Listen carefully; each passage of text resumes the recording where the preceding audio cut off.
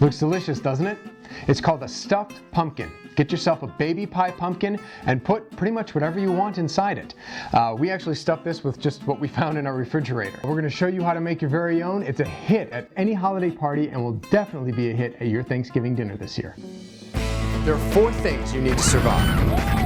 I don't like the death. I don't like the death. Deadliest plants on the planet. So always be very careful. We got to get this thing done. This stuff in a disaster situation is a lifesaver. You don't have to leave the city to connect with Mother Nature. I love it, I love it, I love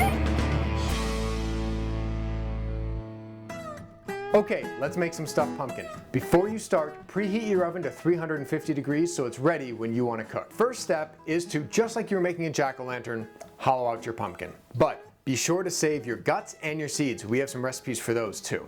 Then what you're going to do is take a little bit of salt, about 2 teaspoons, and pour it into your hand, and then rub it into the meat of the pumpkin. And what that is going to do is draw the flavor of the pumpkin into the stuffing itself. Get a nice even coat. There we go. Get it on the bottom too. Then you're going to take pepper, about half the amount, so about a teaspoon, into your hand, and do the same thing. Rub it in nice and good. And then cap it, and you're ready to start on your stuffing. Like I said, all of these ingredients are just what we found in the fridge. We'll put the recipe up on the blog, but if you think it'll taste good, just put it in. So what you're gonna do first is take 2 cups of stale breadcrumbs, 3/4 cup cheese, and 4 strips of bacon that you've cooked until crispy and then chopped, and you're gonna throw them in the bowl. In go the breadcrumbs, in go the cheese, whoop, get in there you. And in goes my favorite part, the bacon. And mix them up nice and good. You know, you can use spoons, but really, I just prefer my hand. Then once you've got it all nice and mixed up, it's time to add your fruits and veggies. I'm using 3/4 cup of celery for a little crunch, and a 1/2 cup of cranberries because it's Thanksgiving. So you're just gonna grab those, and in they go. And again, mixing them up. Oh, that's looking good. The great thing about this recipe is, since I just tend to use whatever I find in the fridge, it's always a bit of a surprise every time it comes out, and I get excited every time I make it. And the next step are to add your herbs. These are some things I pulled out of the garden. It's basil, sage, chives, garlic, and thyme. I wish I could give you some amounts, but frankly, I just go by whatever I think will taste good, basically whatever smells good, and this smells awesome. Into the bowl it goes. And like everything else, mix it up real good. Now, it is time to stuff our pumpkin. Let's get this stuff out of the way. And bring our pumpkin back front and center.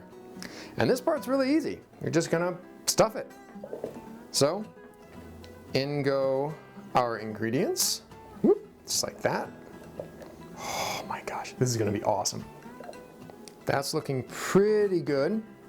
So you see, I compressed it down, but it's still about a good inch or so below the opening. That gives room for the lid, and also it's going to expand when it cooks. Now it's time to add your liquid, and you can use anything from cognac to milk to water to wine, whatever. I'm going to use heavy cream because that's my favorite, and it happened to be in the fridge. What you want to do is you want to pour it in so that it fills all those nooks and crannies, and you want to get it so it's just sitting on top of the stuffing. And you can see it really soaks up, so you're going to use more than you'd expect.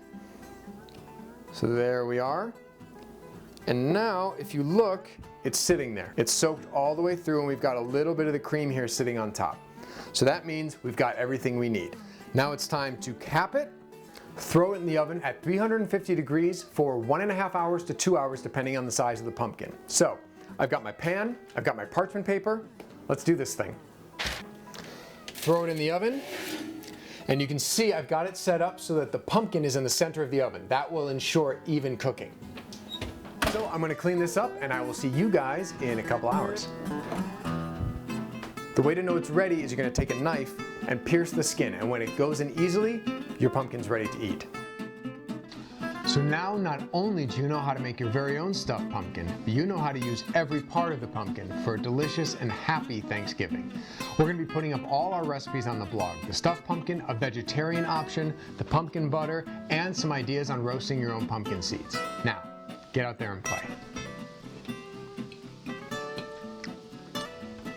I love you so much.